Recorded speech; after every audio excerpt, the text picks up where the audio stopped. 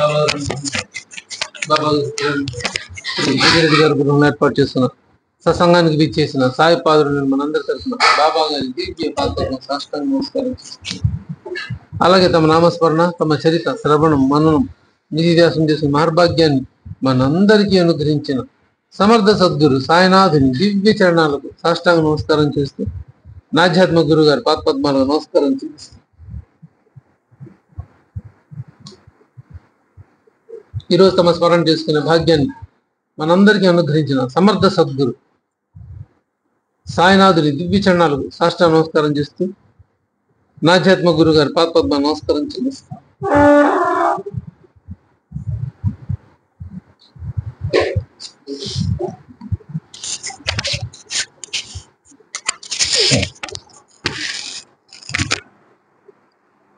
39వ అధ్యాయంలో 67వ ఊరిలో చెప్తున్నారు. ఆత్మస్వరూప జ్ఞానం అనుభవపూర్వకంగా తెలుసుకోవాల్సిన వస్తువు, కానీ అది ఉపదేశించగల విషయం కాదు. ప్రణిపాతం, పరిప్రశ్న, సేవ ఇవే గురుకృపకు సాధనాలు. ఆత్మస్వరూప జ్ఞానం అనుభవపూర్వకంగా తెలుసుకోవాల్సిన వస్తువు, కానీ అది ఉపదేశించగల విషయం కాదు.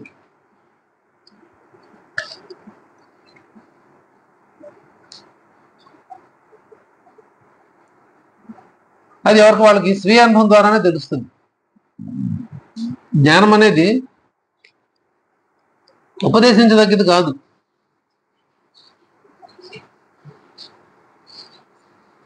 మరి వాడు జ్ఞానవంతుడు ఎప్పుడు అవుతాడంటే అజ్ఞానం అంటే తెలుసుకుంటే.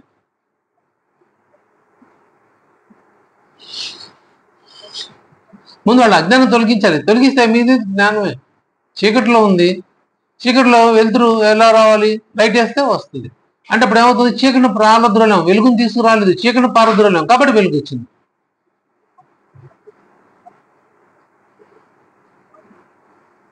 వెలుగుని మనం అక్కడి నుంచి తేలేం, కానీ వెలుగు రావాలంటే సరే చీకటిని పంపించాలి. అక్కడి నుంచి పంపితే అవుతుంది, అప్పుడు వెలుగు వస్తుంది. అలాగే మన ఆత్మజ్ఞానం తెలుసుకోవాలంటే అది ఉపదేశించగల కాదు, నేర్చుకోసం కాదు, అనుభవపూర్వకంగా ఎవరు పాడు తెలుసుకునేది. ఎలా మనకు అనుభవం అవుతుందంటే అదిగో మనం ఉన్న అజ్ఞానాన్ని తొలగించుకోవడం ద్వారా మనం జ్ఞానవంతులు. ప్రణిపాతం, పరిప్రశ్న, సేవ ఇవి గురుకృపకు సాధనాలు. ప్రణిపాతం అంటే ఈ మూడు చేస్తేనే మనకు ఆత్మజ్ఞానం కలుగుతుంది అని దాని అర్థం. ప్రణిపాతం, పరిప్రశ్న, సేవ ఈ మూడు చేస్తేనే మనకు ఆత్మజ్ఞానం కలుగుతున్న అనుభూతి మనం పొందుతాం. బాబా గారు నాకు అనుభవించారు మనం చెప్పుకుంటూ ఉంటాం కదా కొన్ని సందర్భాల్లో. బాబా గారు మాకు అది చేస్తే, మాకు ఇట్లా చేశారు, మాకు అది మేము మంచి ఫీల్ అయ్యాము అనుకుంటామే. అది ఎవరు మనకు చెప్పరు, మన స్వీయ అనుభవంతో తెలుసుకుంటున్నాం. అబ్బా షిరిడి వెళ్ళాం, బాగా దర్శనం జరిగింది, బాబా గారు మా మంచి అనుభవాన్ని ఇచ్చారు, ఇలా అని మనం చెప్పుకుంటూ ఉంటామే. అది ఎలా ఎలా చెప్పుకోగలుగుతాం? మనం అనుభవపూర్వకంగా తెలుసుకున్నాం కాబట్టి చెప్తున్నాం. నేను వెళ్ళాను, సమాధి మందిరం వెళ్ళాను, బాబా దర్శనం చేసుకున్నా, నాకు పూజారి గారు పూజ ఇచ్చారు, లేదా ప్రసాదం పెట్టారు, బయట రాగానే నాకు ఊది ఇచ్చారు, పిలిచి ఇచ్చారు, ఇట్లా ఈ అనుభూతి మనం పొందుతాం. ఒక బాబా గారు అనుకున్న నా మీద ఉన్నబట్టే ఇలా ఇవ్వగలిగారు, నేను తీసుకోగలిగాను అనుకుంటామే. అది ఎవరు చెప్తే తెలుస్తుందా మనకి? అరే బాబు నీకు బాబా గారు అనుకున్నాను బట్టి నీకు ఇచ్చారని ఎవరు చెప్పరు. మనం సొంతంగా తెలుసుకుంటున్నాం. బాబా గారు అనుగ్రహం బట్టి నాకు అదిగో బాబా గారు పువ్వు ఇచ్చారు, లేదా ఊది ఇచ్చారు, ప్రసాదం ఇచ్చారు, పిలిచి ఇచ్చారు అని మనం అనుభూతి పొందుతుంటామే. ఇది స్వయానుభవం, మనకు మనం తెలుసుకునేదే జ్ఞానం ఉంటుంది. బాబా గారు నా మీద అనుగ్రహం లేదు అనుకోవడం అజ్ఞానం. అజ్ఞానం ఎప్పుడైతే తెలుసుకుంటానో మీ జ్ఞానమే. ఆ బాబా గారు నా మీద అనుగ్రహం ఉంది అని తెలుసుకోవడం జ్ఞానం. అది ఎప్పుడు సంభవిస్తే అదిగో ప్రణిపాతం, పరిప్రశ్న, సేవ ఈ మూడు చేస్తున్నప్పుడే మన ఆత్మ జ్ఞానాన్ని మనం తెలుసుకోగలుగుతాం, మనల్ని మనం అనలైజ్ చేసుకోగలుగుతాం, ఆత్మ విమర్శన చేసుకోగలుగుతాం.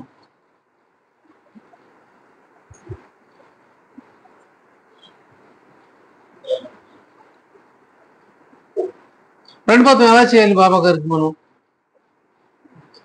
గురుకృపకు సాధనాలు. గురుకృపను పొందాలంటే ఇవన్నీ చేస్తేనే ఆయన కృపకు మనం పొందుతాం.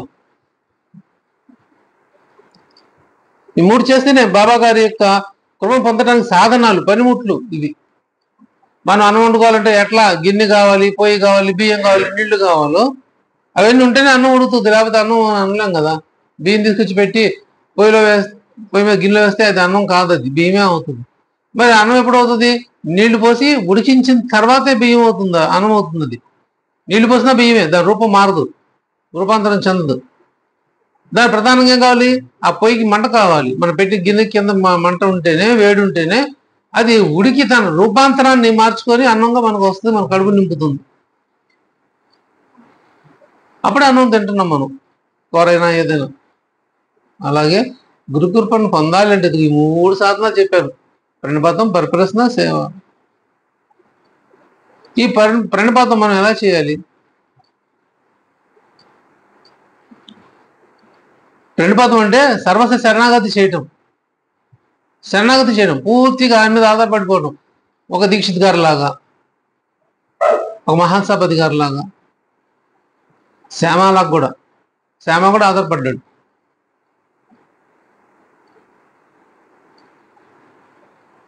ఇంక మనం కాదు, నేను కాదు, నాదంతా బాబా గారే అన్న స్థితికి రావాలి. మంచి ఆయన చేశాడు, చెడు ఆయన చేశాడు. నేను కష్టం అనిపించానని ఆయనది, సుఖం అనిపించానని కూడా ఆయనది. అంటే నాకు నేనేం ఆపాదించడానికి లేదు. అది పూర్తిగా ఆయన మీద ఆధారపడి ఉండటమే శరణాగతి. ఆ శరణాగతి ప్రణిపాతం. అంటే మన మనసుని సద్గురికి అర్పించుకోవాలి. మన మనసు ఆయన తప్పితే ఇంకెవరికి స్థానంలో ఉండకూడదు. అందుకని మన సత్యతో చోటు చెప్తారు, కళ్ళల్లో సాయనాథులు నిండిపోతే ఇంకా మరొకరికి చోటు ఉండదు అని. కళ్ళలో ఎలా నిండిపోతారు? భావం అర్థం చేసుకోవాలి. కళ్ళలో నిండిపోతే సినిమాలు అయితే చూపిస్తారు, ఆ కెమెరా తీసుకొచ్చి పెట్టి ఆ కళ్ళలో ఎవరో వాడు హీరోయిన్ ఎవరైతే ఉన్నారో వాళ్ళకి ఎవరు కావాలో వాళ్ళు చూపిస్తూ ఉంటారు. అది ఇక్కడ అది కాదు. కానీ కళ్ళలో సాయనాథు నిండిపోతే ఇంకొకరి చోటు ఉండదు అంటున్నారు. ఈ కళ్ళు ఎట్లా నిండుతారు? కళ్ళతో చూస్తాం కానీ మనం ఆయన్ని దర్శించుకుంటాము, కానీ ఎలా నిండిపోతారు? దాని అర్థం మనసులో భావం ఏదైతే ఉందో మన కళ్ళలో కూడా అదే సుస్పష్టంగా ప్రతిబింబిస్తుంది. అందుకు దాన్ని పెట్టారు లింక్. నీ మనసులో ఎప్పుడు బాబాగారి రూపాన్ని, బాబాగారి ధ్యాసని పెట్టుకుంటే నీ సర్వవయాలందు కూడా అదే ప్రతిస్పృతి బయటకు కనిపిస్తూ ఉంటుంది, ఎక్స్ప్రెషన్ కనిపిస్తుంది. కళ్ళలో కూడా ఆ భక్తిభావమే కనిపిస్తుంటుంది, బాబాగారి పట్ల ఆరాధ్య భావమే కనిపిస్తూ ఉంటుంది. అందుకని కొంతమంది చెప్తారు, నా కళ్ళలో చూసి చెప్పు అని అంటుంటారు. దాని అర్థం ఏంటంటే నీ మనసులో భావం ఏదో నా కళ్ళలో తెలుస్తుంది అని. అదే ఇక్కడ అలాంటిదే. మన మనసులో ఎప్పుడు బాబాగారు నిండిపోయి ఉంటే, మన బాబాగారి స్మరణలో ఉంటే ఇంకొకరికి చోటే ఉండదు. అంటే ఇంకొకరిని మనం చూడము, ఇది దాని అర్థం.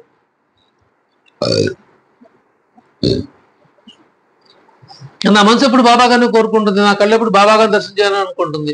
అన్నప్పుడు అన్ని దేవతల దగ్గర ఇంకో దగ్గరకు వెళ్ళాలని నాకు మనసుకు అనిపించింది. నా మనసు చూడదు, కళ్ళు కూడా వెళ్ళవు. మనసు పోతేనే కదా, మనసు ప్రవేశిస్తేనే కళ్ళలో మనం చూస్తాం. కాబట్టి మనకి ఆ కళ్ళలో కూడా బాబాగారి రూపమే కనిపిస్తుంది, ఇంకో చోటు వెళ్ళాలని ఉండకూడదు. ఇది దాని అర్థం. ఇంకొక చోటు ఉండదు. ఎప్పుడు నా హృదయం నిండా సద్గురుని స్థాపించుకొని నేను శరణాగతి చేసుకుని ఉంటే. అందుకే దీక్షిత్ గారు కూడా ఆ 1000 నాణ్యాలు, వెండి నాణ్యాలు కేసు గెలుచుకొని వచ్చినప్పుడు 1000 వెండి నాణ్యాలు ఆయన బహుమతిగా ఇస్తాడు. ఆ రోజులు 1000 వెండి నాణ్యాలు అంటే చాలా ఎక్కువ డబ్బు, అది బహుమతిగా ఇస్తాడు. బాబాగారి దగ్గర రానికి ముందు నుంచి వాదిస్తున్నాడు ఆ కేసు ఆయన దీక్షిత్ గారు. అందుకని టేకప్ చేశాడు. అది చేసి బాబాగారి ఆశీర్వాదంతో గెలుచుకొని వచ్చాడు పోయి. ఆ డబ్బు తీసుకొచ్చి నిండి జనరల్ గా ఏం చేస్తారు, ఆహా నేనే గెలుచుకున్నాను, నాదే గొప్పతనం అని చెప్పి తీసుకెళ్లి ఇంట్లో పెట్టుకోవటం, భార్య బిడ్డలకి ఏదో చేస్తారు కదా.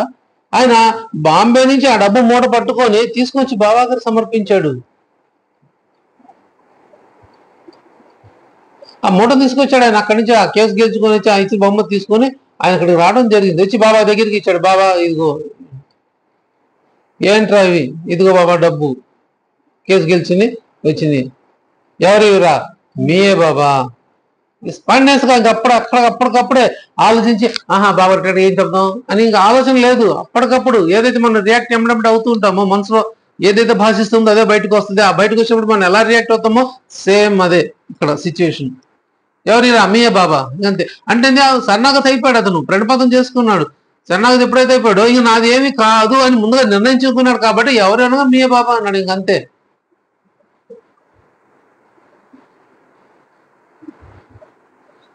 మరి ఆయన అన్నప్పుడు దీని మీద దాని మీద ఇంకా దీక్షిత్ గారికి అధికారం ఏముంది? ఏమి లేదు. కాబట్టి ఇప్పుడు బాబా గారు ఏం చేస్తారు? దోషులతో ఆ డబ్బులన్నీ పంచి పెడతారు అప్పుడున్న భక్తులకి. ఈయన తలంచుకొని కూర్చొని ఉంటాడు. అప్పుడు ఒక జడ్జి గారు ఉంటారు. ఈ కేసు మొదటి నుంచి వాదిస్తున్నప్పుడు జడ్జిమెంట్ ఇచ్చిన జడ్జి గారు ఎవరైతే ఉన్నారో, అదే బాబా గారి టైమింగ్ చాలా ప్రాముఖ్యంగా ఉంటుంది. మనకు తెలీదు, మనం ఎస్టిమేట్ చేయలేం బాబా గారి టైమింగ్. ఆయనకు మాత్రమే తెలుసు ఆ టైమింగ్ లేదు. ఆ జడ్జి గారు అక్కడ కూర్చొని ఉంటాడు ఆ సభా మండపంలో. దీక్షిత్ గారు వచ్చినప్పుడు ఆయన గమనిస్తుంటాడు. ఆ జడ్జి గారు ఎందుకు గమనిస్తున్నాడు? ఆయన సర్వీస్ ఉన్నప్పటి నుంచి కూడా ఆ కేసు వాదన జరుగుతూనే ఉంది. దీక్షిత్ గారు ఎంత కష్టపడి ఆ కేసును వాదించాడో ప్రత్యక్షంగా తెలిసిన వ్యక్తి ఆ జడ్జి గారు. ఆయన తెలుసు.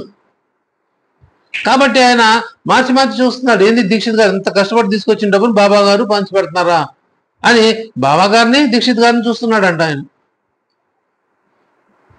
ఈయన పంచుతా దీక్షిత్ గారి మొహాన్ని పరిశీలించారంట బాబా గారు కూడా.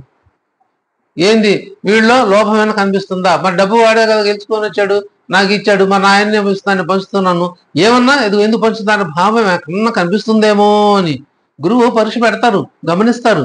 మనం తెలియదు, పిచ్చి మొహాలు వేసుకుని మనం ఏదో అనుకుంటాం. కానే కాదు, సద్గురు ప్రతి ఈచ్ అండ్ ఎవ్రీ పాయింట్ ఆయన గమనిస్తూ ఉంటాడు మనల్ని.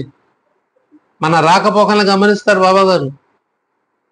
నేను రాకపోతే ఏమైంది, లేకపోతే ఏమైంది, ఆలస్యమైంది, ఇవన్నీ మనం అనుకుంటూ ఉంటాం కదా. కాదు, ప్రతిది గమనిస్తాడు ఆయన. శ్రద్ధకి శ్రద్ధగానే జవాబిస్తారు, అశ్రద్ధ ఉంటే అశ్రద్ధగానే ఉంటుంది. ప్రతిది గమనిస్తాడు సద్గురు. కారణం ఏంది? ఆయన మనలో ఉన్నారు, సర్వాంతర్యామిగా ఉన్నారు. ఆయన సర్వవ్యాపకుడు, సర్వంతర్పగా మన అందరి హృదయాలు ఉన్నారు. కాబట్టి ప్రతి విషయం ఆయన తెలుస్తుంది. ఆయనకు తెలియని విషయం ఏం లేదు. సృష్టిలో బాబాగా తెలియని విషయమే లేదని చెప్తుంది సత్యత్వం మనకి.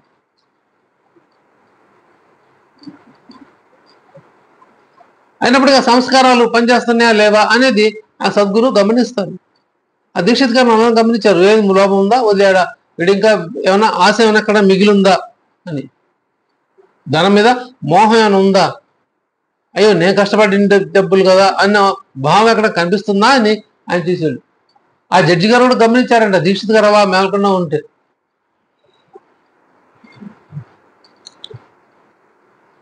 ఎందుకంటే మనకు దీక్షిత్ గారి ఆ గొప్పతనం తెలియటం కోసమే బాబా గారు ఆ టైంకి అతను తీసుకొచ్చి అక్కడ కూర్చోబెట్టారు ఆ జడ్జిని. ప్రతిదీ టైమింగ్ బాబా గారి దగ్గర మనం తెలీదు.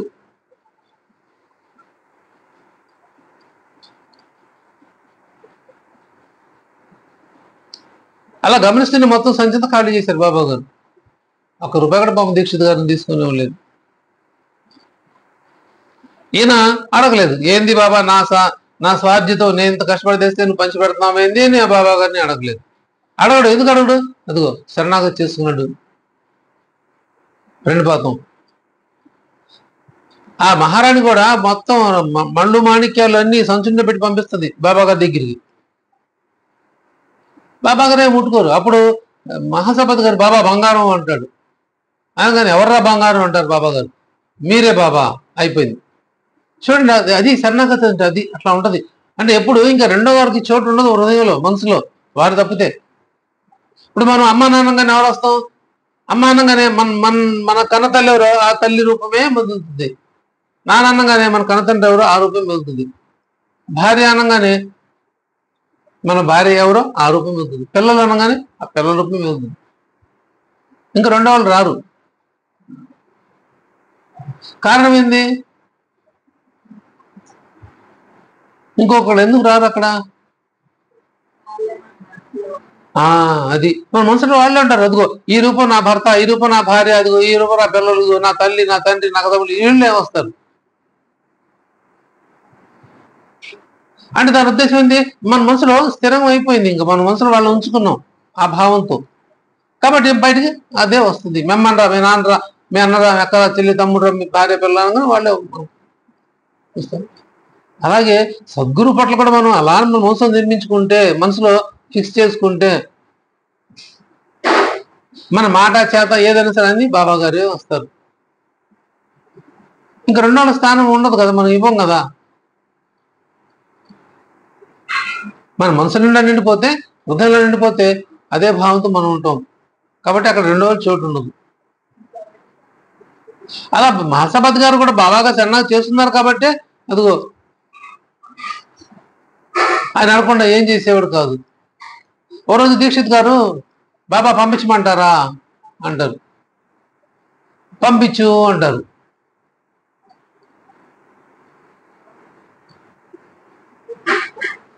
ఎవరు పంపించాలి, ఏం పంపించాలి అనేది ఎవరికి తెలియదు. వీళ్ళిద్దరు మాత్రమే తెలుసు.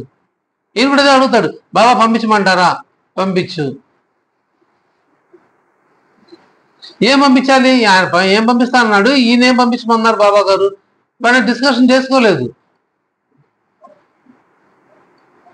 పలానా పంపించమంటారని దీక్షిత్ గారు అడగలా, పంపించమంటారా అన్నాడు.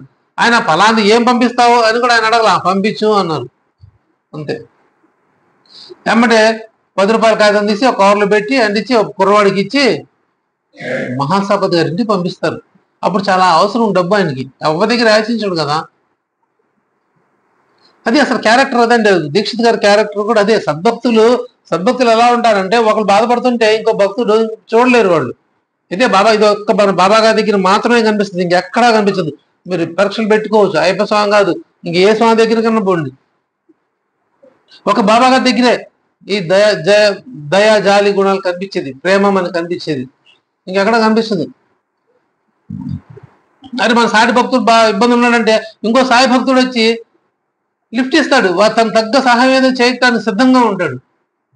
అడకమైనా చేస్తారు. మన జీవితాలు చాలా అనుభవించి కూడా ఉంటాం. మనకు అనుభవాలు చాలా కలిగి కూడా ఉంటాయి. నేను అనుభవించినా కాబట్టి నేను అనుభవంతో చెప్తున్నాను. ఇక్కడ రక్త సోర్సులు ఎవరు రారు, రక్త సంబంధికులు రారు, మిగతా వాళ్ళు ఎవరు, మనం అనుకున్న వాళ్ళు ఎవరు రారు, మన వాళ్ళు ఎవరు రారు. ఎవరు వస్తారు? కేవలం గురు బంధువులు, సద్గురుని ఆశ్రయించిన వాళ్ళు ఎవరు, వాళ్ళు మాత్రమే వచ్చి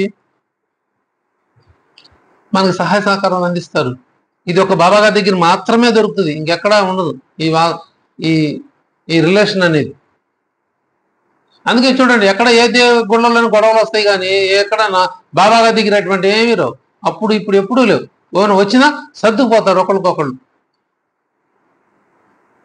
మాటలు నగ్గాలి అని తత్వం ఉండదు, సర్దుకుపోతూ ఉంటారు.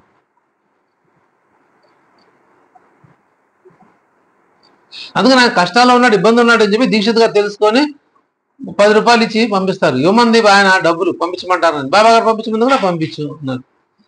అప్పుడు తీసుకోని అంటాడు. తీసుకోనంటే కాదు, బాబా గారే ఇవ్వమంటే స్వయంగా ఇచ్చాను అని చెప్పి పంపిస్తాడు. ఆయన దీక్షిత్ గారు రాసి పంపిస్తాడు, బాబా గారు ఇవ్వమన్నారు అని. అప్పుడు పుచ్చుకుంటాడు ఆ 10 రూపాయలు మహాసభ. చూడండి, గృహజ్ఞ లేకుండా వాళ్ళు ఒక అడుగు కూడా వేసేవాళ్ళు కాదు.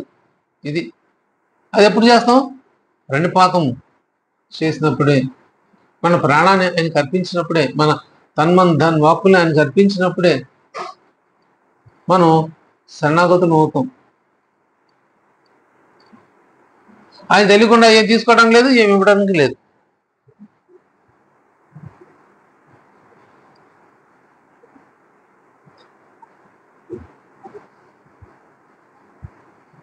ఆ విధంగా మనం సద్గురువుని మనం ఆశ్రయించాలి. అంత భక్తిభావం మనం పెంపొందించుకోవాలి. అలా ఉన్నప్పుడే మనం ప్రణిపాతం చేసిన వాళ్ళు అవుతాము. అప్పుడు ఆయన కృప మనకి దొరుకుతుంది. వీడు నా మీద ఆధారపడ్డాడు, వీడు మంచివాడు, నేనే చూడాలి. అందుకు చెప్పారు, నా భక్తులు ధనం ఆకర్షించదు, నా భక్తులు ధన పొలంలో పడనివ్వను అన్నారు. మళ్ళీ ఏం చెప్పారు? నా భక్తులలో లేదు అని శబ్దం అనేది రాదు, ఉండదు. వాస్తవం అది.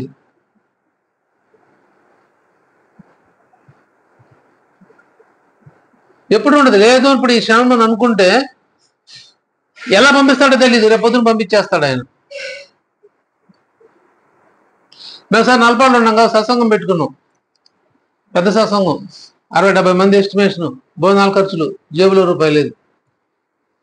నమ్ముతారో నమ్మాలి. లేదు అందరూ చెప్పేసుకున్నాం, అదిగో రేపు సత్సంగం రండి భోజనాలు ఉన్నాయని కూడా చెప్పేసాం. డబ్బులు లేవు, ఏం చేయాలి? చెప్పేసాం కదా, సరే ఆ క్యాటరింగ్ ఇచ్చే అబ్బాయికి తర్వాత ఇవ్వచ్చు అనే భావం, లేకపోతే ఏదో తెలియదు, చెప్పేసాం ఓకే అన్నాడు, అంతా అయిపోయింది. రాత్రి 9 గంటలప్పుడు ఒక అతను వచ్చాడు, 5,000 రూపాయలు జేబులో పెట్టుకుని వచ్చి ఇచ్చాడు. ఏందండి ఇది? ఇదిగో మా తమ్ముడికి ఉద్యోగం వచ్చింది, వాడు వచ్చి మొదటి జీతంలో మీరు బాబాగా పూజ చేస్తుంటారు కదా, అందుకని మీకు ఇవ్వాలనిపించింది, అందుకని అది 5,000 ఇచ్చాడు, మీరు ఉంచి ఖర్చులకు వాడండి అని ఇచ్చాడు.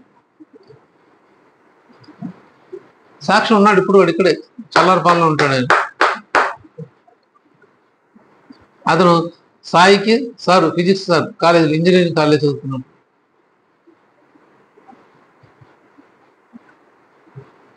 నేనేం చెప్పలేదు, పిలవలేదు, తనగానే రేపు సాయంత్రం, ఆదివారం రేపు సాయంత్రం సత్సంగం భోజనాలు ఉన్నాయి, ఈ రోజు సాయంత్రం వచ్చాడు ఆయన తీసుకుని డబ్బులు. ఎలా వస్తాయి తెలీదు, ఎవరిస్తారు తెలియదు. అప్పుడు ఆ రోజులు 5,000 అంటే ఎక్కువే వాల్యూ ఉంది. 2013లో 13లో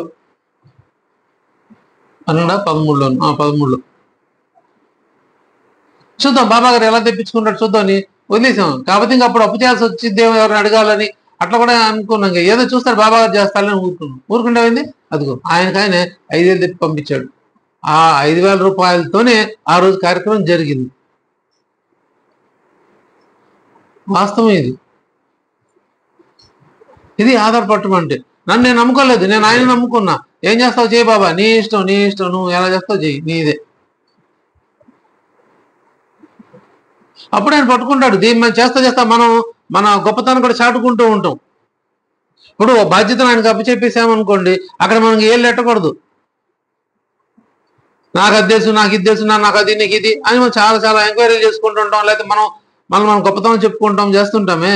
అవన్నీ రిసీవ్ చేస్తున్నారు బాబా గారు. చేయకూడదు కూడా. మనం చేస్తే ఇంకా ఆయన నేను సన్నగా చేస్తున్నాడు, దాని మీద ఆధారపడినట్లు అవుతాను. నేను నా గొప్పతనం నేను ఎక్స్పోజ్ చేసుకుంటుంటే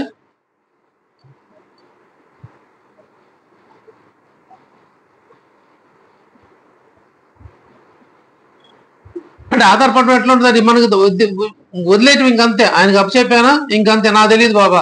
నేను ఇప్పుడు అదే చెప్పాను బాబా గారు కూడా, బాబా మాకు మంచిదైతే, మాకు శ్రేయస్ అయితేనే ముందు తీసుకెళ్ళు, లేదా సహజంగా ఆపేసాయి, ఇంతే. నో ఎంక్వైరీస్, నో ఆల్టర్నేటివ్, ఇంకేమీ లేదు. ఆయనకు మాత్రం తెలుసు మంచిగా చెడా ఏది అనేది. కాబట్టి ముందు నడిపించాలి, మంచి అయినప్పుడు ఇంకా ఆయన ముందు నడిపిస్తాడు, వద్దు అనుకున్నప్పుడు ఆయన కట్ చేస్తాడు సహజంగా. ఆ మందు అసలు మన ప్రమేయం ఉండదు, మనకి ఎటువంటి సంబంధం ఉండదు.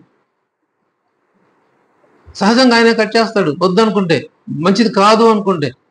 మనం సరైందంటే ఎంతమంది అటు వచ్చి ఎన్నో అంటే వచ్చినా కూడా వెళ్ళిపోతుంది. అప్పుడు కూడా మనం ప్రమేయం ఉండకూడదు. అంతా ఆయన మీదే భారం వేసుకున్నాం, ఆయన మీదే ఆపాదించుకోవాలి. బాబా నువ్వు పంపించింది, నువ్వు ఇచ్చింది, నువ్వు చేసింది, అంతే.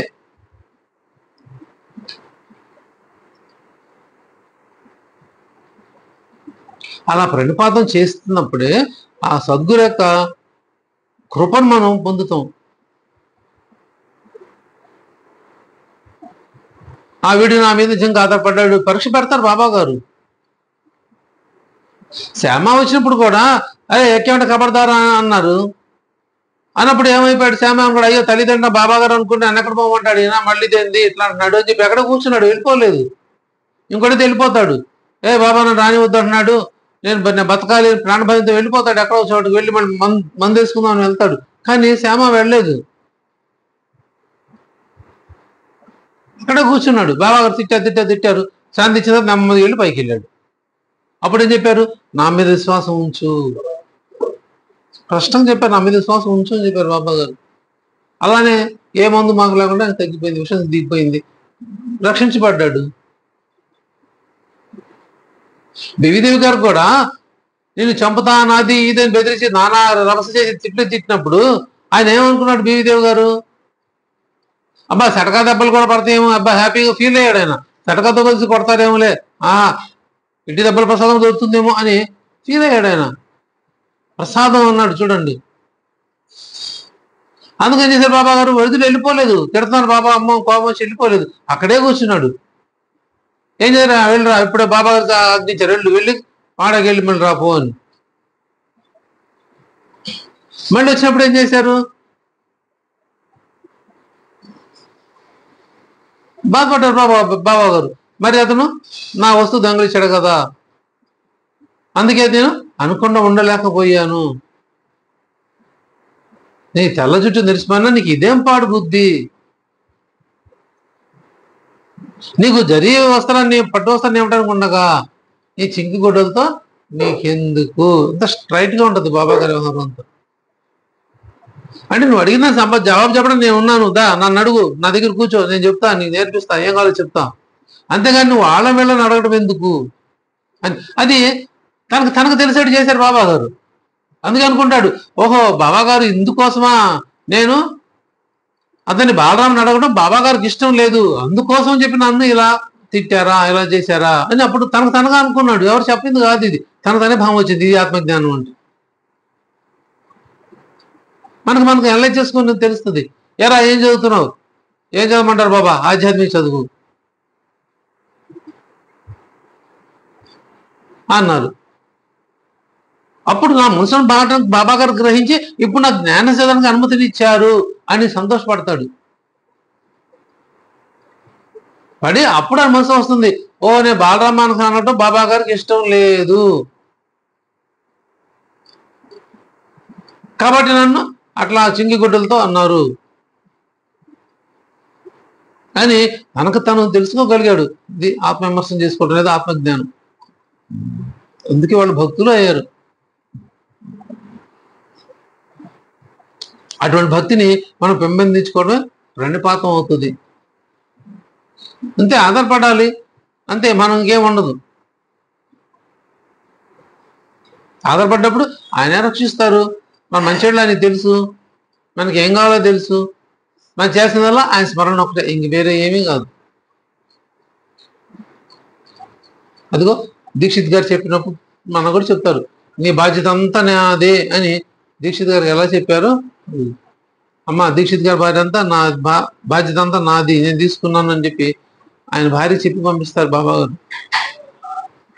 అలా మన బాధ్యతను కూడా బాబా గారు తీసుకునేలాగా మనం ప్రవర్తించాలి, ఉండాలి. అప్పుడే మనం రక్షించబడతాం, మన కుటుంబ సభ్యులు కూడా రక్షించబడతారు. ఎప్పుడైనా దృష్టిలో ఉంటే ఇంక అంతే, ఆయన రక్షణలో మనం ఉన్నట్టే, మనకి ఏమీ కాదు. అంతటి శక్తిని బాబా గారు మనల్ని అనుగ్రహించమని బాబా దిగి ప్రార్థిద్దాం. పరిప్రశ్న,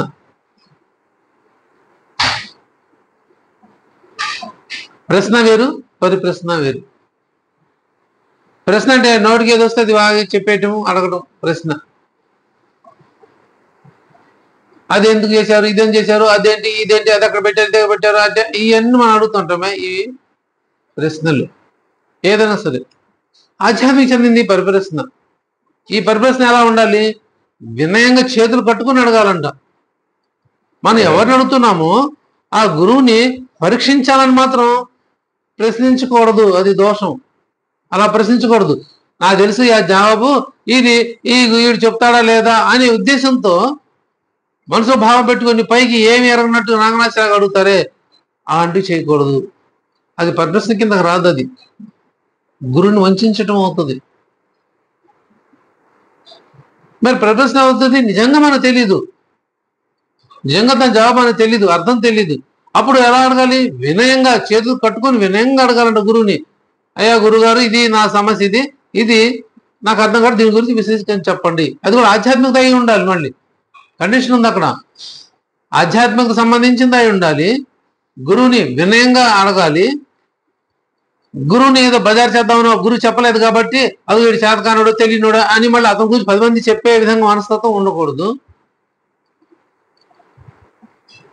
ఆ చెప్పే సమాధానం స్వీకరించే విధంగా ఉండాలి. పరిప్రశ్న ఉండేది. పరిప్రశ్నేన సేవయ ఉపదేక్షించితే జ్ఞానం జ్ఞానిన.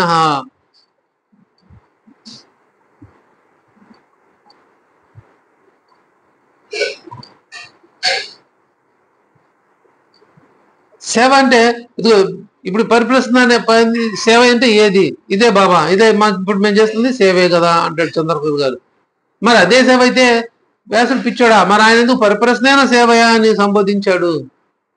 చెప్పమని ఏమన్నారు? ఉపదేశించితే జ్ఞానం జ్ఞానిన తత్వదర్శిన అన్నారు. ఇక్కడ పరిప్రశ్న మనం ఎలా వేయాలి? నిజంగా ఏమీ నిజంగా తెలియనప్పుడు వినయంగా చేతులు జోడించుకొని మనం మనం ఎవరిని ఏ గురువు మనం ఆశ్రయించున్నామో వారి దగ్గరికి, ఆ భగవంతుడి దగ్గరికి వెళ్ళి మనం ప్రశ్న వేయాలి, అడగాలి వినయంగా. అందుకనే వినయం మనకు జోడించారు అక్కడ. అది ఆధ్యాత్మిక సంబంధించింది ఉండాలి, లోక విషయాలు కాదు, ఆధ్యాత్మిక సంబంధించి ఉండాలి.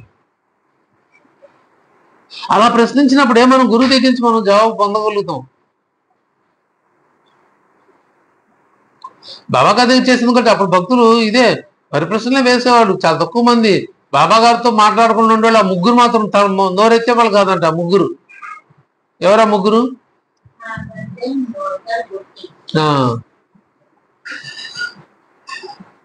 ఈ ముగ్గురు వాళ్ళ రంగాలు నిష్ఠాతులే అయినప్పుడు బాబా దగ్గరికి వచ్చి తల ఉంచుకొని కూర్చునేవాళ్ళు. వినయానికి కూడా వినయం వచ్చేట్టుగా కూర్చునేవాడు అంట ముగ్గురు. ఎంత అదృష్టవంతులు. మిగతా వాళ్ళందరూ ఆ మాట ఈ మాట మాట్లాడేవారు, బాధలాడేవారు అంట బాబా గారితో. కానీ ముగ్గురు మాత్రం నోరు మెదిపేవారే కాదు. అలానే తెలివి తక్కువలు కాదు, చదువుకోని వాళ్ళు కాదు, పిచ్చోళ్ళు అంతకంటే కాదు. అది గురువుకి ఇచ్చే విలువ. గురువుకి ఇచ్చే విలువ అది. అన్ని తెలిసి గురువు ముందు మనం అల్ప జ్ఞానంలో అల్పనం, మనం ఏం మాట్లాడతాం ఆయన ముందు అని వీళ్ళు ముగ్గురు నోరు మూసుకు కూర్చున్న కారణం అది. పంచదశని అనర్ఘణంగా బోధించగలిగే ఖబర్దే గారు ఏ విషయంలో ఒక వాదనకు వస్తే వాదించి గెలవడమే కానీ ఓడటం అంటూ ఆయన చరిత్రలో లేదు. మరి అటువంటి ఖబర్దే గారు వచ్చి మరి బాబా గారి తలంచుకొని కూర్చున్నారు.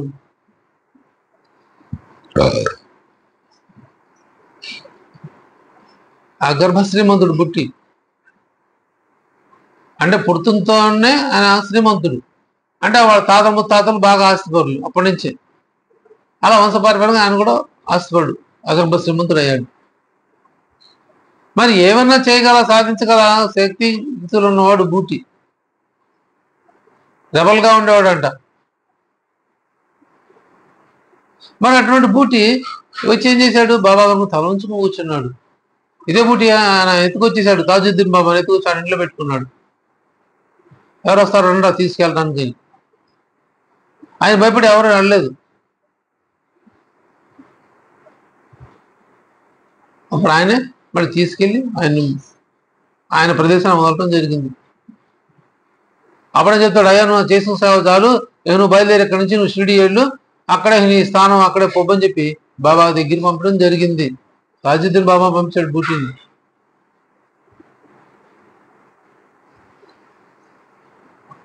మరి నేనేం చేస్తారు? శిక్షణ ఇస్తారు. సద్గురు ఎప్పుడు కూడా శిక్షించుడు, భగవంతుడు కూడా శిక్షించుడు, శిక్షణను మాత్రం ఇస్తారు, తెలియపరుస్తారు. అరే నువ్వు ఇలా చేస్తున్నావురా, ఇలా కాదురా, ఇలా చేయాలి, ఇది తప్పు ఇది ఒప్పు అని తెలియపరుస్తారు, శిక్షణ ఇస్తారు, ట్రైనింగ్.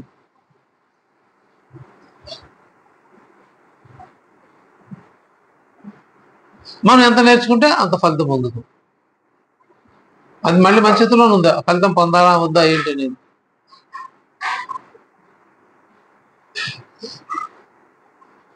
మరి అటువంటి ఒక సంతకంతో మరణ శాసనాన్ని కూడా రాయగలిగిన నోల్కర్ గారు, తాత్యసాబ్ నోల్కర్ గారు బాబా ముందు శ్రమించుకుని కూర్చున్నారు.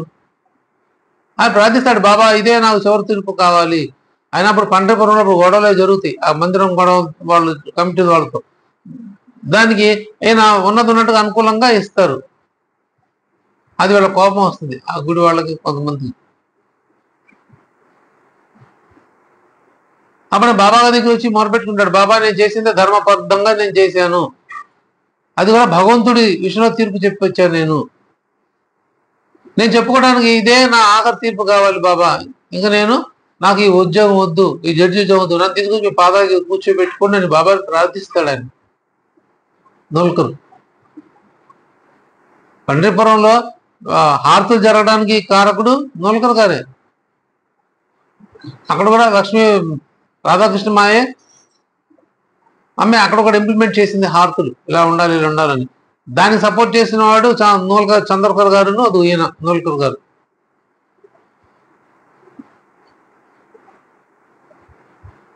ధర్మబద్ధంగా చేశాడు ఆయన. కాబట్టి ఏం చేశాడు, ఆ ప్రెజర్స్ వచ్చినాయంట, ఆ రోజులో ప్రెజర్స్ చాలా వచ్చినాయంట ఆయన మీద.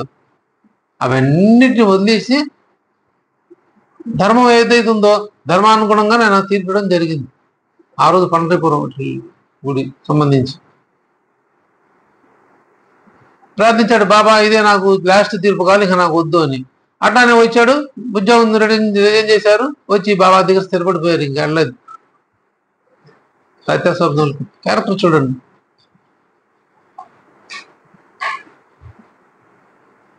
ఇంతే శరణాగతి చేసుకోవటం అంటే. ఇంకా అలాంటి వాళ్ళకి ఆయన అక్కడి నుంచి ఇంకా వెళ్ళేది ఉండదు. ఒక్కసారి బాబా దగ్గర వచ్చి ఆయన వాళ్ళ మనం అనిపించుకున్న తర్వాత ఆయన దగ్గర మనం బయటకు వెళ్ళేది అయితే ఉండదు. ఇంకా వీళ్ళు ముగ్గురు ఏ ప్రశ్న కూడా బాబా గారిని వేయల చివరి దాకా. పరిప్రశ్నలు వేయలేదు, ప్రశ్న రెండు వేయలేదు. మిగతా వాళ్ళందరూ అవి అడిగేవారు, కానీ ఈ ముగ్గురు మాత్రం వేసేవాళ్ళు కాదు. బాబా గారు అడిగిన వాటికి జవాబు చెప్పేవారు. ఎప్పుడైతే మనం పరిప్రశ్న వేస్తామో, నిజంగా తెలియదు అది తెలుసుకోవాలని భావంతో మనం పరిప్రశ్న వేస్తామో అప్పుడు మనం గురుకృపను పొందుతాము. గురుకృపను పొందుతాం. సగం తెలిసి సగం తెలియకో, లేదా నాకు తెలుసు వాళ్ళు బాబా గారు ఏం చెప్తారో అట్లా ప్రశ్నిస్తే మాత్రం కుదరదు. అది పరిప్రశ్న కింద రాదు. మన కృపను పొందాలంటే అది నిజంగా ప్రశ్న ఉండాలి. అప్పుడే మనం ఆయన కృప పాత్రలు అవుతాం. సేవ, ఈ సేవ ఎలా చేయాలి, బాబా గారి పూర్వకం సేవ ఏంటి? అసలు సేవని దేన్ని అంటారు?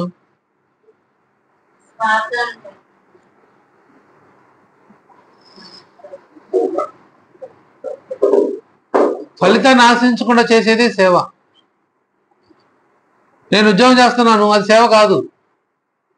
నేను వ్యాపారం చేస్తున్నాను, అది సేవ కాదు. నేను రాజకీయ నాయకుడిని సేవ చేస్తున్నాను అంటాను, అది సేవ కాదు. మరి సేవ ఏంది? ప్రతిఫలం ఆశించకుండా, జీతం తీసుకోకుండా, కూలీ తీసుకోకుండా చేసేది మాత్రమే సేవ అవుతుంది. హృదయపూర్వకంగా నా చేతనైంది నేను చేయటమే, ఏమీ ప్రతిఫలం తీసుకోకుండా చేసేది సేవ అవుతుంది. అలాంటి సేవను మనం చేయాలి. అలాంటి సేవ చేస్తే అదిగో గురుకృపకి పాత్రలు అవుతాం. శ్యామ చేసింది అదే, నిస్వార్థ సేవ చేశాడు శ్యామ, నిష్కామ సేవ చేశాడు. ఎవరి దగ్గర ఏం ఆశించాడు, ఇచ్చినా తీసుకున్నాడు కాదంట శ్యామ. ఎవరు ఇచ్చేవాడు కాదు. ఒకవేళ ఎవరిని ఇస్తున్నా కూడా సరే ఉంటే కూడా ఆయన పేదరికం ఉన్నా సరే పుచ్చుకునేవాడు కాదు. అన్ని ఈయన మీద భారం మీద ఈయన మీద వేసుకుని వాళ్ళ పనులను చేసి పెడతా ఉండేవాడు. అటువంటి క్యారెక్టర్. అందుకే శ్యామ నిష్కామ. మా శ్యామ వెరివాడే కావచ్చు, అతనిపై నాకు మమకారం, అతనికి నాపై ప్రేమ, అందుకే అతనిపై నాకు దయా. మరి ఆ దయ ఎందుకు కలిగింది బాబా గారికి శ్యామ మీద? మరి ఎవరితో చెప్పలేదు నాకు దయ కలిగిందని. ఒక శ్యామ ఎందుకు చెప్పారు? అదిగో శ్యామ నిష్కామంగా సేవ చేస్తున్నాడు, ఎటువంటి స్వార్థపూర్తం లేకుండా చేస్తున్నాడు, కాబట్టి ఆయన దయ తెలిచారు. అటువంటి సేవను బాబా గారు కోరుకున్నారు. అంతేగాని నేనేదో గురువారం గుడికి వెళ్తాను, పూలు పెడతాను, ప్రసాదాలు పెట్టి నైవేద్యం పెట్టేస్తాను, హారతి ఇచ్చేస్తాను, ఇదే నా సేవ అంటే కుదరదు. అది సేవ కానే కాదు. అక్కడ కూడా స్వార్థం చూపిస్తున్నాను. మళ్ళీ నేను లిస్ట్ చదువుతా కదా ఆయన ముందు కూర్చొని, నా కోరికలు ఏవైతే ఉన్నాయో, నా కానిపనులు ఏవైతే మళ్ళీ చదువుతా కదా. అంటే ప్రతి నేను చేస్తున్నాను, చేసి మళ్ళీ ప్రతిఫలం ఆశిస్తున్నాను ఆయన దగ్గర నుంచి. ఆశించినప్పుడు సేవ ఎట్లా అవుతుంది?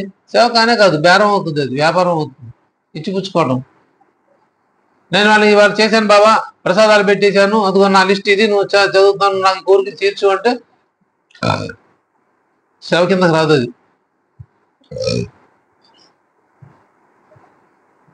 ప్రతిఫలాపేక్ష లేకుండా చేసేది మాత్రమే సేవ.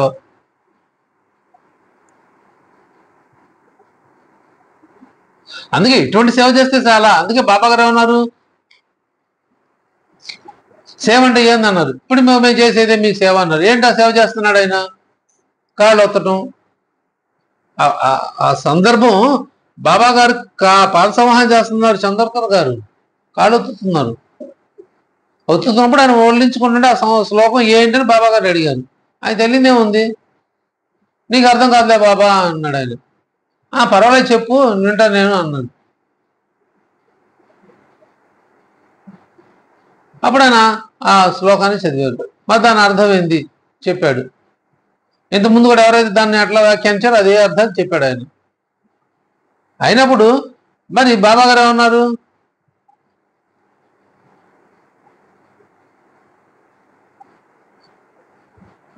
సేవ ఎలా చేయాలి? మరి ప్రశ్న అయినా సేవ మీ సేవ అంటే ఏంది? ఇప్పుడు మేము చేస్తున్నాం బాబా, ఇదే సేవ. మీరేం సేవ చేస్తున్నారయ్యా? అది మీ కాళ్ళు ఒత్తుతున్నాం, మీ చేతులు ఒత్తుతున్నాం, మీ అమ్మట లెండికి వస్తున్నాం, మీ గొడుగు పట్టుకుంటున్నాం, ఇది సేవ అనుభావం చెప్పాడు. అప్పుడు బాబా గారు ఏం చెప్పారు, నిజమైన సేవ అయితే అది కాదు. ఆ ఒక్కరోజే, ఆ ఒక్క గురువారమే, లేకపోతే ఆ ఒక్క రోజే పల్లకి ఉత్సవం, లేకపోతే ఆ ఒక్క పూజ చేసే రోజు, లేకపోతే మనం వెళ్ళే రోజు, ఆ ఒక్కరోజు చేస్తే అది సేవ కిందకు రాదు. సేవ అనేది నిరంతరం ఉండాలి, నిస్వార్థంగా ఉండాలి.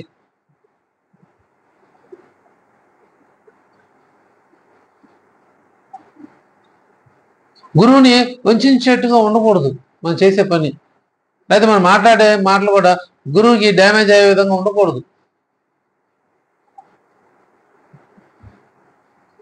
ఆయన గురించి 10 మంది మనం తెలియపరచాలి.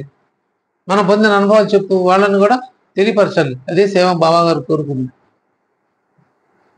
ఇలాంటి సేవ చేయమన్నారు. అంతేగాని ఆయన పూలమాలలో, పూలహారాలు, ఇంకో దండలో, ప్రసాదాలను, ఇంకోటి అవేం కోరుకోలేదు. అవన్నీ మనం ఇష్టం ఇచ్చి కోసుకున్నాం.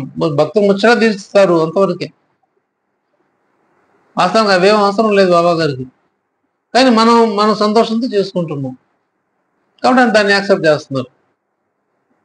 అది కూడా ప్రేమతో ఇస్తేనే స్వీకరిస్తారు, అహంకారంతో ఇస్తే తిరస్కరిస్తారు.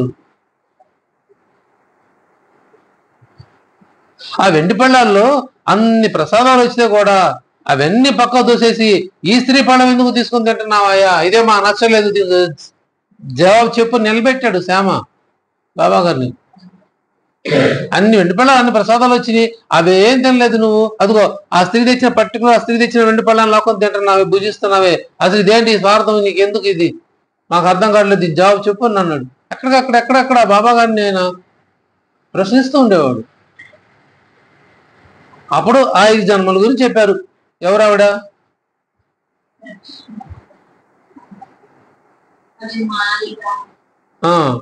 కబర్దే గారి భార్య. 5 జన్మల గురించి అప్పుడు చెప్పారు.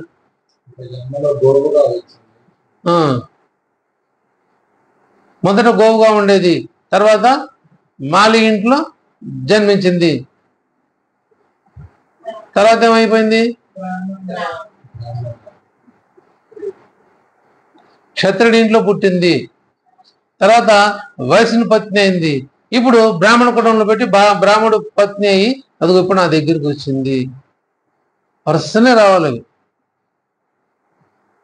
ముందు జంతువు గోవు, తర్వాత శూద్రుల ఇంట్లో అంటే మాలి ఇంట్లో పుట్టింది, తర్వాత ఏమో ఎక్కడ పుట్టింది, క్షత్రియుల ఇంట్లో పుట్టింది, తర్వాత ఎక్కడ పుట్టింది, వైశ్యుని పత్ని అయింది, ఇప్పుడు బ్రాహ్మణ జన్మంలో పుట్టి అదిగో ఇప్పుడు నా దగ్గరికి వచ్చింది. కాబట్టి ఇన్ని జన్మలతో ఆ తల్లి నా పరిచయం ఉన్నది, ఆ పెట్టిన అన్నాన్ని ప్రేమగాను తినేయండి రా అన్నారు బాబా గారు. నిలబెట్టాడు. ఎందుకు నీకు స్వార్థం ఎందుకు అని అడిగేవాడు బాబాని శ్యామ నిష్కామంగా. అది బాబా మీద కోపం కాదు, నలుగురు చెప్పుకుంటుంటారు కదా, బాబా జవాబు చెప్పాలంటే శ్యామ దాని క్లారిటీ తీసుకోవాలి, తీసుకున్నప్పుడు చెప్తాడు. ఇప్పుడు ఇంతకుముందు మన హారతలు ఇచ్చే కార్యక్రమంలో కొన్ని సందర్భాల్లో నేను పర్టికులర్ గా ఒక దంపతులకి ప్రిఫరెన్స్ ఇస్తూ ఉండేవాడిని. ఎప్పుడు ఫస్ట్ వాళ్ళే, ఆ ఇంటి వాళ్ళ తర్వాత నెక్స్ట్ వాళ్ళే, ఇంకా మూడో వ్యక్తి రావడానికి వీల్లేదు, వాళ్ళకే ఇవ్వాలి. ఇది గమనించారు, చాలా మంది గమనించారు. ఎవరైనా గమనిస్తారు. ఒకళ్ళు నన్ను అడిగారు, ఎందుకు మీరు వాళ్ళకి ఇస్తున్నారు, అది వాళ్ళ వెనకాల చెప్పుకుంటున్నారు, మేము విన్నాము, మీరు వాళ్ళకి ఎందుకు ప్రిఫరెన్స్ ఇస్తున్నారు, మాకు తెలియాలి, వాళ్ళు చెప్పుకుంటున్నారు చూడని మమ్మల్ని ఎంతమంది ముందు వచ్చి వాళ్ళకి ఎందుకు ఇస్తున్నారు అని అడిగారు. వాస్తవం అడగాలి. అడగకపోతే ఎలా తెలుస్తుంది? ఎందుకు ప్రార్థన చేయాల్సి వచ్చింది? వాళ్ళ మనస్తత్వాలను బట్టో లేకపోతే వాళ్ళ యొక్క ఆలోచన విధానానికో లోబడు వాళ్ళ కోపం రాకూడదు, వాళ్ళు బాధపడకూడదు ఫీల్తో ఇవ్వాల్సి వచ్చేది. ఇంకా చూస్తుండేవాళ్ళు, ఏంది ఇంకా మమ్మల్ని పిలవలేదు ఏందని గుర్రుగా చూస్తుండేవాళ్ళు. ఇంకెప్పుడు పిలుస్తారని తప్పదు, ఇంకా పిలవాల్సి వచ్చేది. అట్లా 1, 2, 4 సార్లు గమనించిన తర్వాతే ఇవ్వడం జరిగింది. ఇచ్చేస్తే ఇంకా వాళ్ళు పక్క వెళ్ళిపోతారు, వాళ్ళ గురించి మనకు ఆలోచన ఉండదు. మిగతా వాళ్ళు ఉంటారు, కొంతమంది అడగరు, కొంతమంది చెప్పకుండా వచ్చేస్తారు, కొంతమంది ఒక కన్స్ట్రక్షన్ ని ఓవర్టేక్ చేసుకుని వెళ్ళిపోతూ ఉంటారు. చాలా తప్పది. మనం కూడా చూస్తుంటాం, ఒకళ్ళు హారతిస్తుంటే నూరా అని పిలుస్తుంటారు. ఒక వ్యక్తి అక్కడ ఉన్నాడు, అతను చెప్పిన విధంగా చేసి నడుచుకుని పోవాలి అనే ఇది ఉండాలి, ఎరుకులో ఉండాలి. అలా కాకుండా నా ఇష్టం నడిపించుకుంటాను నువ్వు తర్వాత అంటే అది అట్లా కుదరదు. అలా కుదరినప్పుడు ఆ వ్యక్తి అక్కడ ప్రాధాన్యత ఉండకూడదు, ఇవ్వకూడదు. చేసుకోవాలి, వాళ్ళే చేసుకోవాలి. పిలవడం ఎందుకు, చేసుకోవడం ఎందుకు?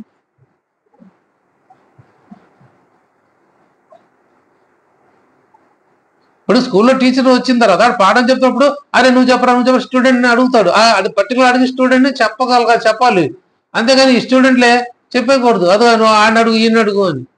సంకేతం కూడా అట్లా మనం గమనిస్తూ ఉంటాం.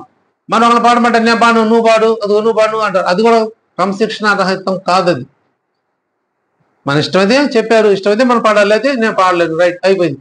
ఇక ఇచ్చే వ్యక్తి ఇంకెవరికి ఇస్తారు? బాబా గారు ఎవరికి స్ఫూరిస్తారు? ఎవరికి పాడే యోగ్యత ఉందో వాళ్ళే పాడతారు ఆ సంకీర్తనని. బాబా గారు అనుమతి ఎవరికి ఉంటే వాళ్ళకి. అది మనం నిరసించకూడదు. ఎన్ని క్రమశిక్షణ పాటించాల్సింది మనం గురువు దగ్గర. క్రమశిక్షణ చాలా ముఖ్యం బాబా గారి దగ్గర. అందుకని అప్పుడు ఆ రోజులు కూడా ఎవరి ప్రదేశాల్లో పోయి వాళ్ళు అలా కూర్చుని పోయేవాళ్ళు బాబా గారి దగ్గర. ఒకళ్ళ ప్రదేశం ఒకళ్ళ ప్లేస్లో ఒకళ్ళు కూర్చునే వాళ్ళు కాదు.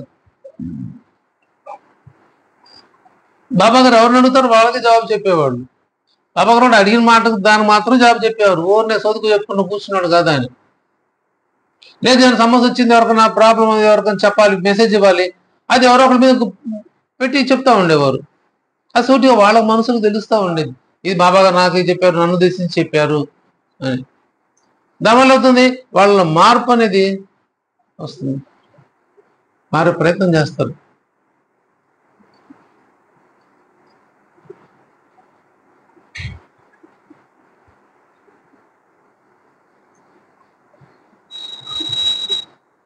మనం చేసే సేవ గురువుకి, ఆయనకి అది కూడా సేవలో పరిప్రశ్న అయినా సేవ, పరిప్రశ్న వేయటం కూడా సేవలో భాగమే. అది కూడా ఎలా వేయాలంటే దాని కండిషన్ పెట్టారు, ఇదిగో ఈ కండిషన్స్ తో నువ్వు వెయ్యి, అప్పుడే నువ్వు గురువు నుంచి పొందుతావు, అదే అప్పుడు గురు కృప పొందుతావు అని. అలా కాకుండా నాకు అన్ని తెలుసు, నాకు అంతా వచ్చు అని అహంకారంతో పరిక్షిద్ధం చేస్తే అడిగితే అది పరిప్రశ్న కిందకు రాదు. అప్పుడు గురుకృపను పొందలేం, ఆగ్రహం పొందుతాం. అనుగ్రహం కాదు, ఆగ్రహం వస్తుంది. కాబట్టి ప్రణిపాతం చేయాలి, శరణాగతి చేయాలి.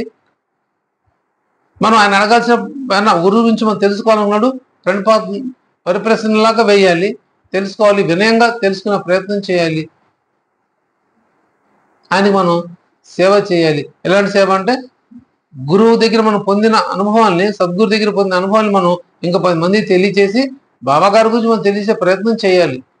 ఇంకొద్ది వందల మంది వచ్చి మనం కూర్చోబెట్టాలి, సత్సంగాలు కూర్చోబెట్టాలి, లేదా పారాయణ చేసే దిశగా మనం వాళ్ళని మోటివేట్ చేయాలి. నేను చదివాను, మీరు చదవండి, ఈ గ్రంథం ఎప్పుడైనా చదివారా? మేము చదవలేదండి, అయితే ఒకసారి మీరు చదవండి జీవితంలో అని మనం చదివి చేయాలి. ఇదే బాబా కోరుకున్న సేవ.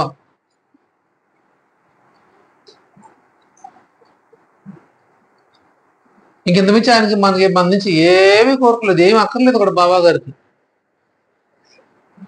అది కూడా మన యోగ్యత కోసం ఆ సేవ కూడా, అది కూడా బాబా గారికి అవసరం లేదు. కానీ అట్లానే మనం సద్గురువుని మనం ఇంకా నలుగురు పరిచయం చేస్తే వాళ్ళు ఉద్ధరింపబడతారు, వాళ్ళ చెడు ప్రవర్తన అయిపోయి సత్ప్రవర్తనలో వస్తారు, వాళ్ళ తప్పులు తెలుసుకుంటారు అని సదుద్దేశం. మీరు ఏ గ్రంథం చదివిన మార్పు రాదు, కానీ సత్యత ఒకటి చదివితే ఖచ్చితంగా మారిపోతారు ఎటువంటి వాళ్ళైనా. భగవద్గీత 1000 సార్లు చదివించండి, రామాయణం 1000 సార్లు చదివించండి, ఇంకో ఏ గ్రంథం చదివించండి 1000 సార్లు, సత్యతను ఒక్కసారి చదివించండి 1:1000. ఖచ్చితంగా ఆ వ్యక్తిలో మార్పు వస్తుంది. చదివిన వాళ్ళు 1000 సార్లు చదివిన రాని మార్పు సత్యతను ఒక్కసారి మనసు పెట్టి చదివితే మార్పు వస్తుంది. ఓహో, ఇది ఇలా ఉండకూడదా, ఇది నా గురించి చెప్పారా అని తెలుస్తుంది. ఖచ్చితంగా మార్పు వస్తుంది. అది సత్యత ప్రత్యేకత. అందుకే బాబా నా చరిత్ర నేను రాసుకుంటాను అన్నారు. నువ్వు కేవలం నిమిత్త మాత్రుడివే అన్నారు. మనం అందరం నిమిత్త మాత్రమే. బాబా గారు ఎవరికి ఆయన పరిచయం చేయాలనుకున్నారో, ఎవరికి యోగ్యత ఇవ్వదలుచుకున్నారో, ఎవరిని శ్రవణం చేయదలుచుకున్నారో వాళ్ళు మాత్రమే వస్తాం, లేని వాళ్ళు రాలేం. అది కూడా యోగ్యతే, బాబా గారు అనుకుంటేనే.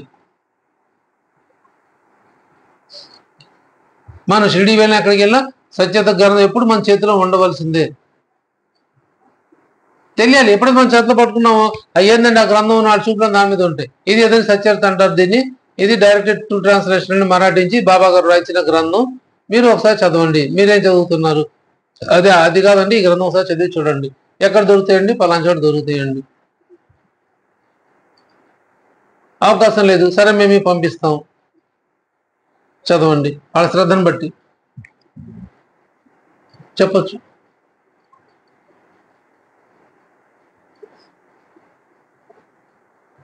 అందుకని మన తోటి వాళ్ళు కూడా, మన చుట్టుపక్కల ఉన్న మన తోటి వాళ్ళు ఎవరు ఉన్నా కూడా, వాళ్ళు కూడా మనం ఎంకరేజ్ చేస్తుండాలి. పారాయణ పెట్టుకోండి, మేము వస్తాం, మేము చదువుతాం అని చెప్పాలి వాళ్ళకి.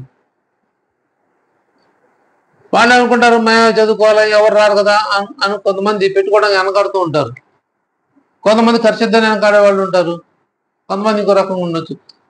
నేను వాళ్ళ అంజిరెడ్డి గారి వితౌట్ పర్మిషన్ నేను పెట్టేశాను. 22/12/22వ తారీఖుకి అంజిరెడ్డి గారి ఇంట్లో మణమ్మ గారి చిన్న గ్రంథ సత్యత పారాయణం జరుగుతుందని. అప్పుడు చెప్పా కదా పెట్టుకోమని. సరే అన్నారని ఆ ఉద్దేశంతో పెట్టేశా. అడగలేదు, అడగకుండా పెట్టా. మరి అది వద్దు అనుకున్న అయితే మనస్తా వాళ్ళకు అనుకుంటే నన్ను క్షమించాలి.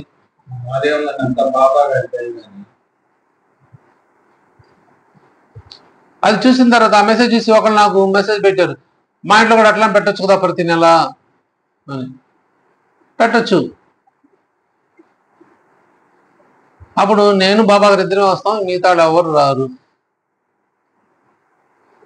కాబట్టి మీ ఇంట్లో మీ చదివేవాళ్ళు ఒక ఇద్దరు చూసుకుంటే అప్పుడు నిరభ్యంతరంగా పెట్టుకోవచ్చు, వస్తాం అని చెప్పాను. దాని జవాబు చూద్దాం బాబా గారి ఏముందో, బాబా గారి ఇష్టం అని.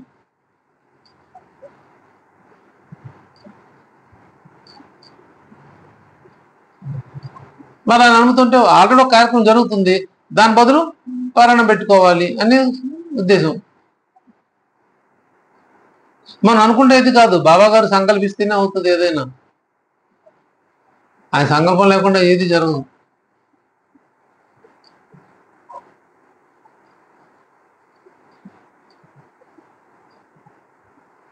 ఎవరికి యోగ్యత ఇస్తారు, ఎవరికి ఏది అర్హతో అదే ఇస్తారు బాబా గారు. మనం కావాలన్నది ఎవరు, వద్దన్నది కాదు.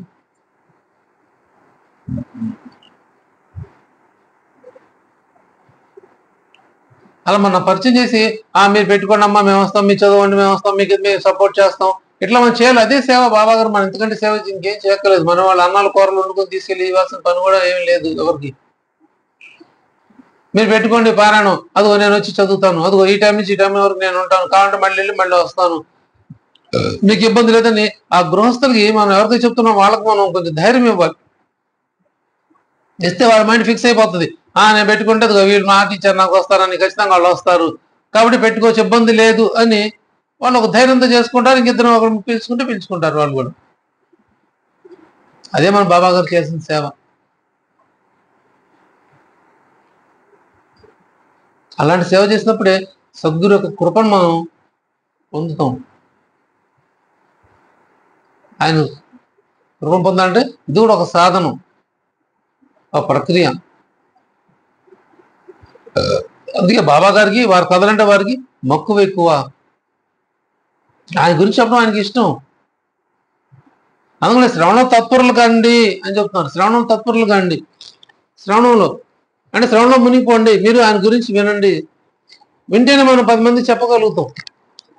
చెప్పుడు మాటలైనా కూడా కొన్ని అది వేరే మాటలు లౌకిక విషయాలు ఉంటాయి చూడండి. వాళ్ళు చెప్పుకుని మనం వింటాం, అవి వెళ్ళి మనం ఉంచుకో, మళ్ళీ ఇంకో 10 ఇంకో ఇద్దరు చెప్తాం, వారిద్దరు ఇంకొద్దరు చెప్తారు, ఇట్లా వెళ్ళిపోతూ ఉంటాయి. కారణం అవుతుంది శ్రవణం అంటే మనసు పెట్టి విన్నాం, ఆ చెప్పే మధుర వాక్యాలు, దుస్సంగాలు అవన్నీ.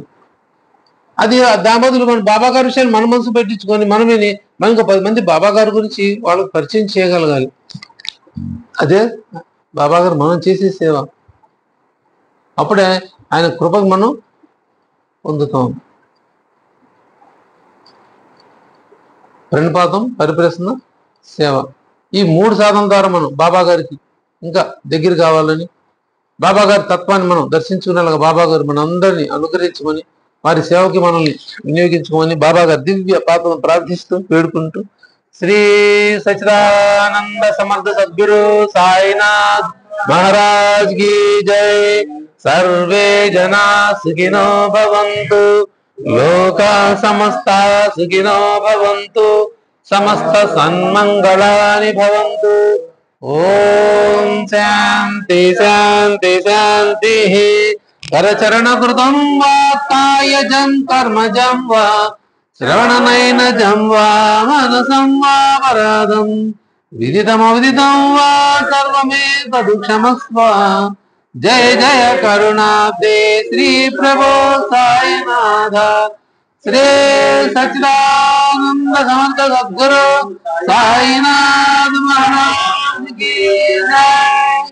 सर्वं श्री साईनाथ पदार्पणमस्तु। शुभं भवतु।